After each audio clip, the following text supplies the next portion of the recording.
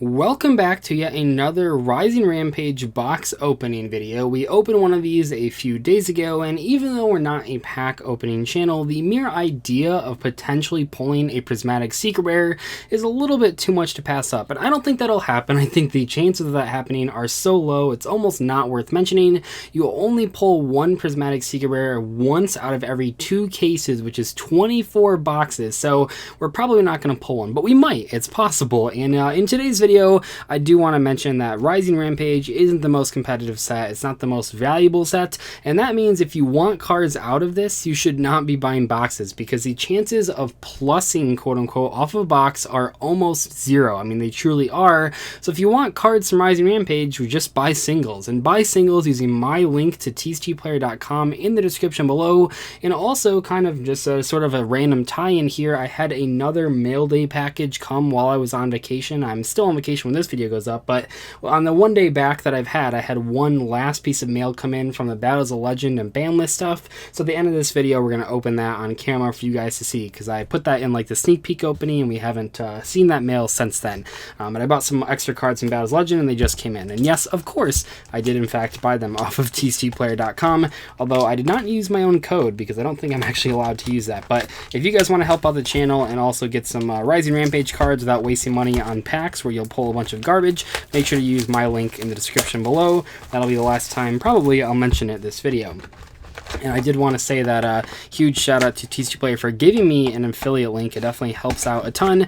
I know some of you guys are sick about hearing about it, but just because, man, you really do want to buy singles out of sets like Rising Rampage just because of how much filler cards there actually are in these sets. But we'll go a little bit faster because last time we saw a lot of the cards in the set. I'm going to shuffle those ones a little bit because I believe that last time we pulled a secret rare out of the very first pack, or maybe the second pack. That seems to happen sometimes. So first off, we have Rescue Interlacer, Dream Mirror Fantasy, Marincess Sea Star, Dream Mirror of Joy, okay.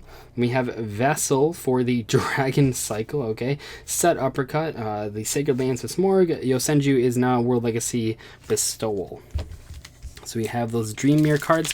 I believe we have, at this point, pulled all but one Dream Mirror card. I do not believe we've pulled the higher level, or no, wait, we haven't pulled the lower level Dark Monsters. So maybe we can pull that in this one, although not the most valuable cards you can possibly get. We have Storm Dragon's Return, which I sometimes feel like Konami only brought back Tempest just so that this card's name would be sort of like a pun about the metagame, because you can see there that is Tempest that is returning from the storm. So this is actually directly talking about Tempest, and Tempest, that Storm Dragon, did in fact return to the TCG. And this is one of the cards that is available as a Prismatic Secret Rare. There are 4 Prismatic Secret Rares that you can possibly pull. This is probably the worst one, but they all are very, very valuable.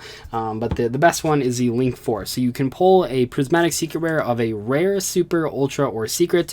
There is one copy of each of those rarities for each of the Prismatic rarities. So that's kind of cool. And we do not know if they will be continuing that. Oh, nice. That is actually what I was talking about. So this is the lower level dark one, which I believe we have not pulled, but maybe I might be wrong there. Maybe we haven't pulled the higher level one, but I know that we just pulled both of the light ones actually in the last video, so that's pretty cool.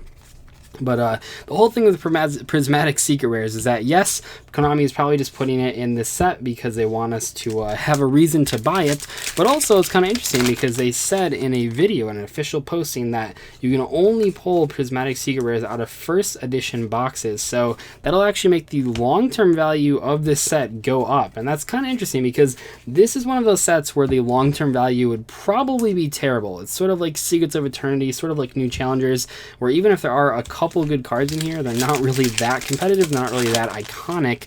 But the fact that they have these Prismatic Secret Rares means that there is a very finite amount. Oh man, we have Marincess Seahorse, and what's funny about this is that this is yet another card that you can pull as a Prismatic Secret Rare. So we have 2 of the 4, obviously not in the Prismatic foiling, but it would be kind of crazy. So this card's pretty cool. You can fetch summon this card from your hand to a zone your Marincess Link monster points to. Obviously, once returned during your main phase, you kept the turn this card was sent to the graveyard. You can banish this card from the graveyard, special summon 1 Wanderer monster from your hand to a zone that a Marincess points to. So it's kind of a free free summon and then a free summon from the graveyard by banishing it. And the Marincess cards are pretty cool. I'm a big fan of the Link 2 monster that's in this set because you can use it with frogs. It's actually like insanely good in frogs. A lot of people like ask me, are you going to play Marincess frogs? And I don't know what the answer is, but I will be playing the Marincess Link 2 in a frog deck if I was to take a frog deck to a tournament. And we have Samorg of Darkness. Pretty cool there. I like those guys. I don't know what any of them do as far as the new ones go. It kind of feels like the Sacred Phoenix of Nep's like support, where it got like a bunch of like random support cards seemingly out of nowhere. That's kind of what this seems like, where it's like we haven't seen a lot of Smorg cards in a while, but now suddenly it's like a whole archetype. We have Dream Mirror of Terror, which doesn't really show up well on camera. Actually, it's just not easy to see like in real life either, but it is the the Dream Mirror field spell, the dark version. Got some cards there. Beat Raptor, always a fun one. Fury of Fire. Like I said in the last video, these were the two special edition promos out of the last special editions, because special editions these days usually give 2 reprints that people are excited for, and then 2 preview cards. And a lot of the times, those preview cards are pretty nice.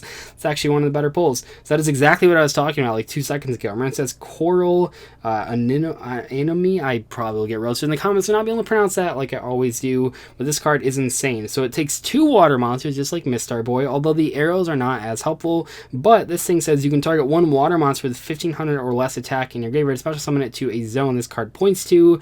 Also, for the rest of the turn, you can't summon non-water monsters. But that is so good because you can summon this thing and then revive a Swap Frog or Ronin Totem or a Dupe Frog from your graveyard. It's especially good when you can just summon a Swap Frog back, because then it mills another monster, which is insane. That is definitely like one of my favorite secret rares in this set, probably just behind Get Out, which is like the main secret rare that I'm trying to pull. But that's pretty cool. So now we have 1 copy. If we factor in the last pack opening video, we now have 1 copy of each of the Marincess secret rares, which is kind of neat.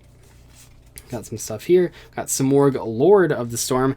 I should mention, maybe it will happen with this box. I have seen some pretty crazy posts from people talking about the ratios that you can pull in some of these packs. I have seen people posting boxes where they pull 5 ultra rares and only 1 secret rare.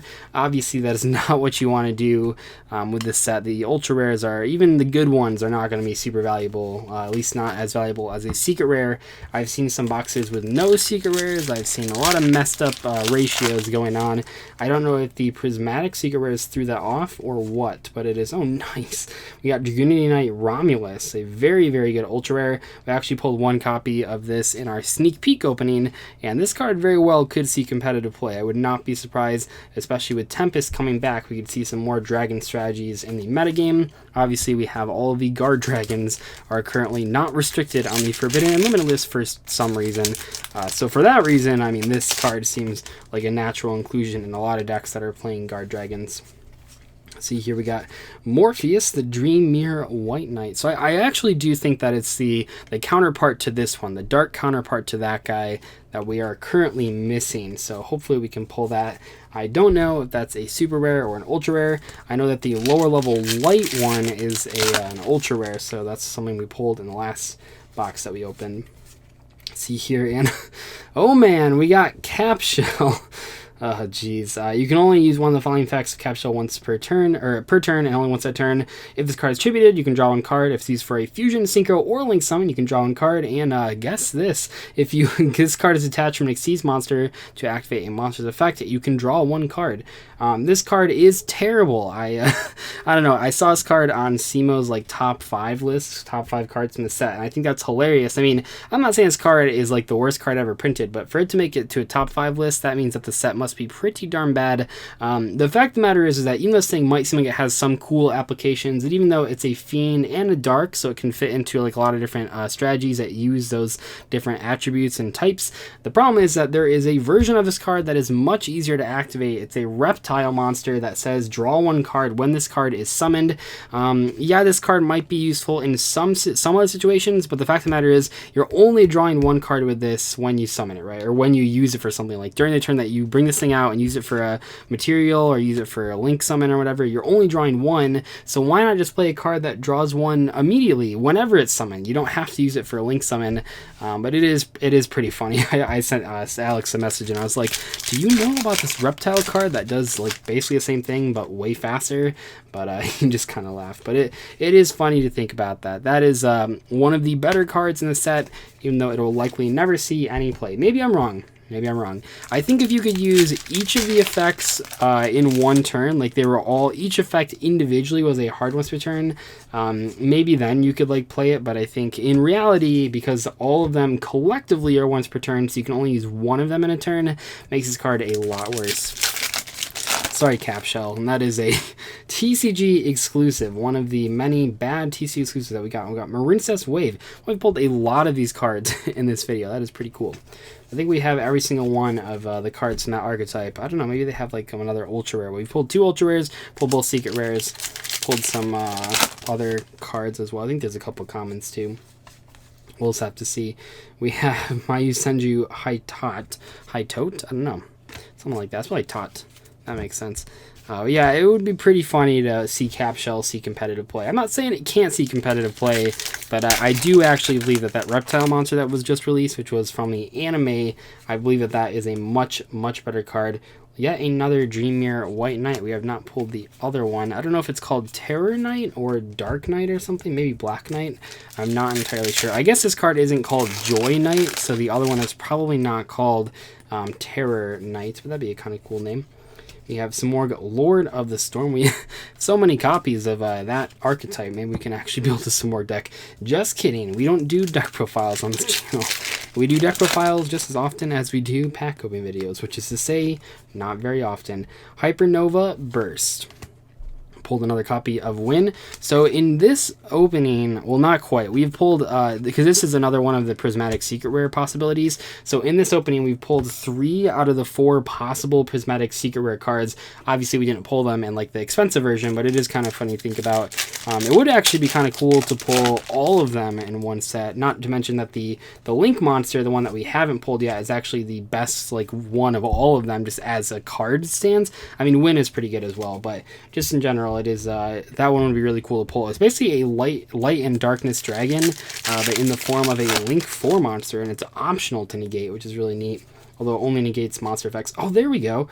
Morpheus, the Dream Mirror Black Knight. So it is the Black Knight. So now we have one copy, or at least one copy, of all of the Dream Mirror monsters and spells and the one trap.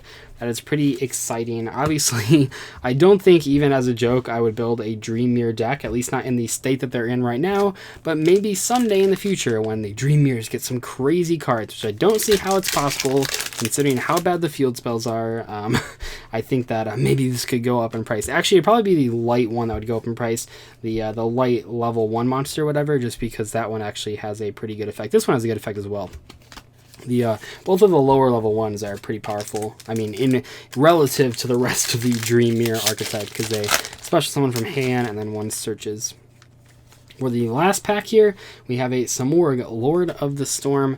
Obviously no Prismatic secret rares because those are pretty much impossible to pull.